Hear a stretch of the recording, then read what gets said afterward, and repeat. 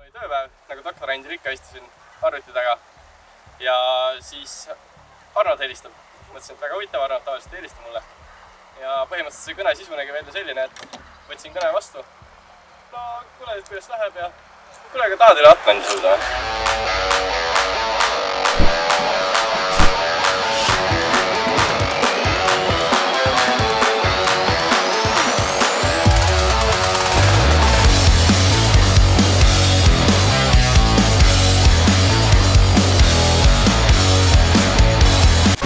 Ja blokki. Ma olen lõppides ka praegu.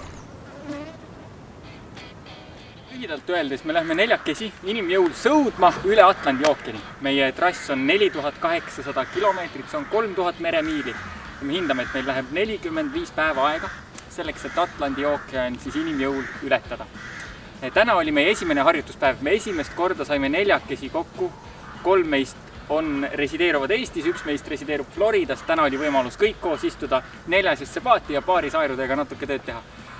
Sai selgeks, et palju tööd on ees, aga samas me saime ka kindlust, et see on tugev meeskond ja me usume, et saame selle meeskonnaga hakkama. Sa hindad, et kas sellel meeskonnal on lootust? Muidugi on. Jaa, lootust on alati, lootus tuleb viimasena. Aga ei, tegelikult oli hea.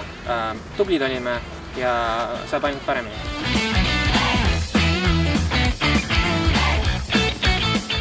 Tegelikult meil läks hästi.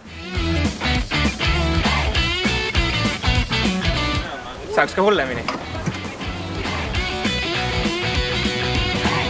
Seda arvestades, et nad on täiesti esimest korda vee peal, nad ju ikkagi liiguvad ja on ikka veel õiget pidi. Paremini ei saa. Ei mina ega nemad.